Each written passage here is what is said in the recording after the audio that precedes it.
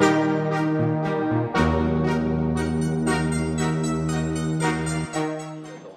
est votre douleur préférée? Une douleur par définition, ça ne peut pas être préféré, donc par ailleurs je suis rarement malade, donc je n'ai pas de douleur préférée. D'après vous, pourquoi est-ce qu'on vous aime?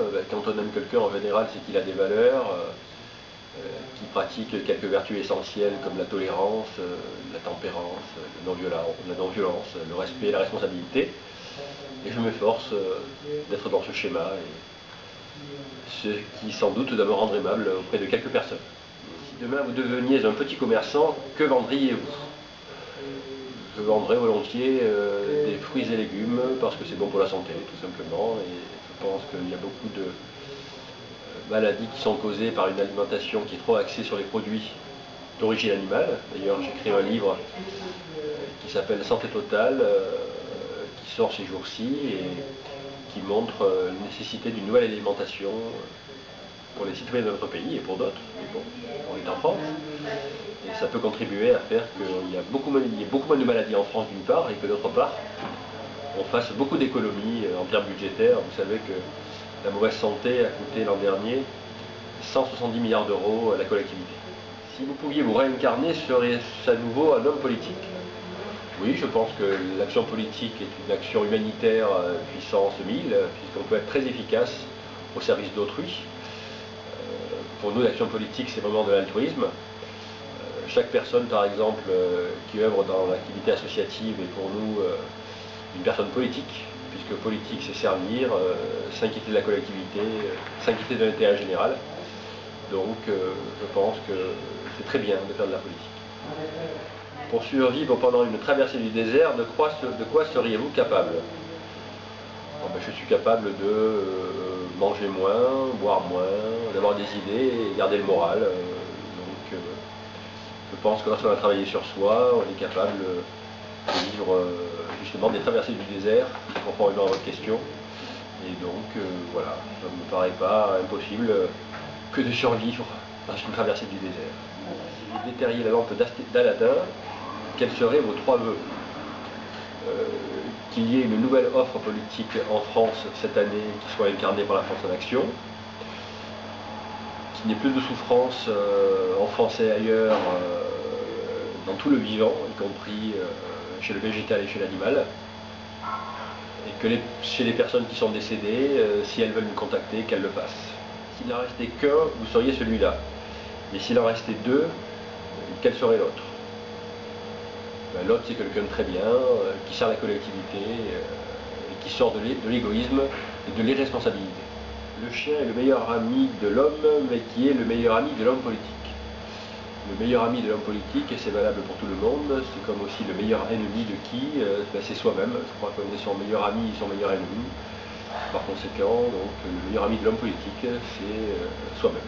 À part serrer d'autres mains, qu'est-ce que vous faites très bien avec les vôtres? Ombre chinoise, tour de magie, origami. Ce que je fais très bien avec les miens, c'est de m'occuper d'eux. Bon, mon métier d'homme politique fait que je sillonne la France chaque semaine. Je suis donc très souvent absent de chez moi. Mais lorsque je suis chez moi, donc je suis vraiment concentré sur les miens, je m'occupe d'eux et on a des rapports très forts. Et ça convient à ma compagne et à mes enfants. Ne supportez-vous pas que l'on ne vous dise pas? C'est important qu'on se dise la vérité, parce que sinon on ne progresse pas, et on est tous là pour se réaliser, s'améliorer, pratiquer bien les vertus qu'on peut connaître. Et ça demande vraiment un échange vrai entre chacun, et c'est important qu'on me dise ce qu'on pense, pour que je m'améliore. Ne préféreriez-vous pas, pour cette présidentielle, avoir l'autre sexe? Non, non, je ne pense pas que la qualité d'une personne soit une question de sexe, de religion ou de couleur de peau. Ce qui compte, c'est ce qu'il y a dans la marmite. C'est sa valeur intérieure, donc c'est vraiment pas une question de sexe. Quel de vos défauts préférez-vous le plus? Je ne préfère pas mes défauts, je préfère n'en avoir pas, donc je ne sais pas répondre à cette question.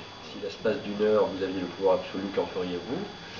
Eh bien, d'une part, nous rétablirions la confiance, c'est ce que nous ferons à partir du mois de juin 2007, d'une part par l'affirmation de nos valeurs, éthique, réalisme, respect, responsabilité, d'autre part par la mise en place de réformes démocratiques qui contribueront elles aussi à rétablir la confiance, référendum d'initiative populaire, reconnaissance du vote blanc, création d'un Conseil national des citoyens qui sera en action à côté de l'Assemblée nationale et du Sénat. Système pour mettre en place une obligation de résultat pour le parti majoritaire à l'Assemblée nationale, de façon à ce qu'il ne puisse plus représenter les mêmes candidats dans le cas où des critères essentiels pour la collectivité ne sont pas respectés. D'autre part, contrôle effectif des fonds publics. Et enfin, mise en avant de notre idéal. Notre idéal, c'est le bien-être durable. C'est un idéal qui dépasse la notion de développement durable, puisque pour nous, la finalité de l'action politique, ce n'est pas la croissance, mais le bien-être durable. Et cet idéal nécessite 4 axes. D'une part, une santé axée sur la prévention, qui se traduit aussi par la coopération entre les thérapies alternatives et la médecine conventionnelle. D'autre part, une économie respectueuse. Elle réhabilite le petit, la proximité et la nature.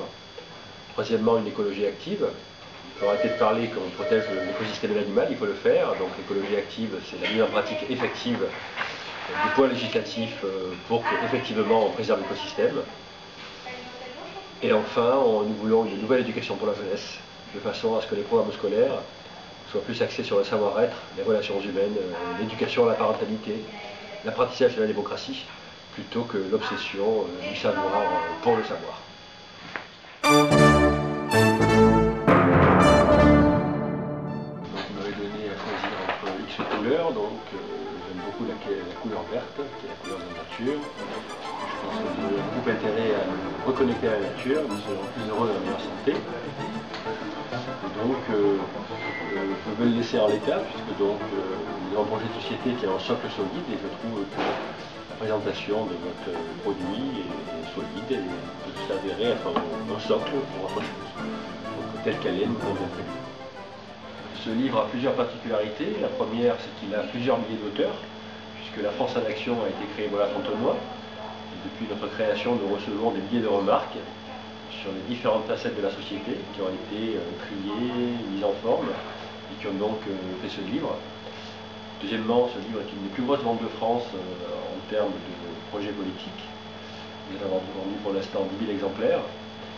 Je pense qu'il est vraiment un vecteur d'espérance, parce que s'il est vrai qu'il y a 2 millions de personnes qui sont aujourd'hui en situation de désespérance, à travers notre mouvement, à travers nos valeurs et à travers notre projet de société inscrit dans Vivre c'est possible, les personnes qui nous rencontrent retrouvent vraiment l'espoir, la pêche et l'envie d'agir.